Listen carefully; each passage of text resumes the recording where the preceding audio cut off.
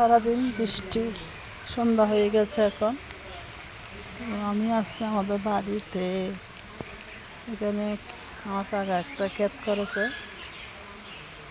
বরবটি, আর একটা হচ্ছে লাউ, এদিকে পাট শাক, এদিকে হচ্ছে মরিচ গাছ।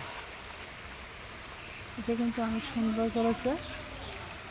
এদিকে যাওয়া যাবে কিনা দেখি আমি আগে। এখানে জঙ্গল, তো আমার ভয় লাগে যেতে। এখান দিয়ে যেতে পারি কিনা দেখি। অবশেষে আমি পৌঁছে গেলাম এখানে, এই সুন্দর জায়গাটাতে। ওখান থেকে অনেক কষ্ট করে আমি আসছি এখানে। এটা অনেক সুন্দর আছে। এবার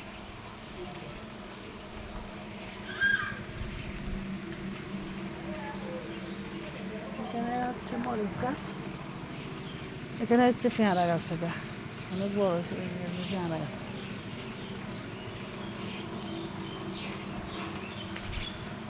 আবার যেভাবে আসছে সেভাবে চলে যেতে হবে আমার থেকে।